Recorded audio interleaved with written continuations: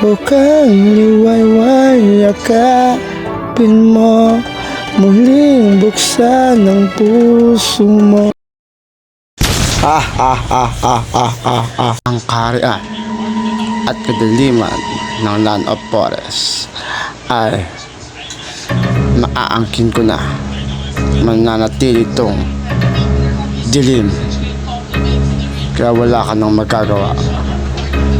Wala. Siguraduhin mo, wala akong magagawa.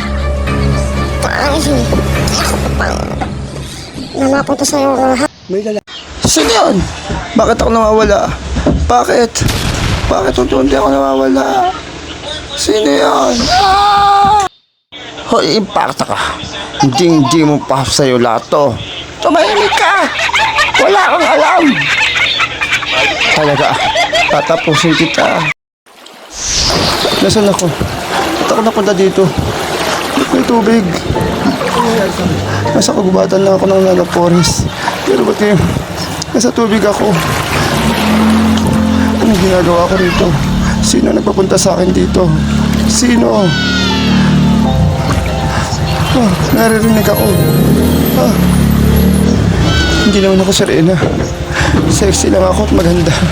Pero hindi ako Serena. Sino ba gagawa? Ako lang naman ang may kagagawa nito. Pinadala ka dito ng aking kapatid upang iligtas sa kamay ni Poklapi.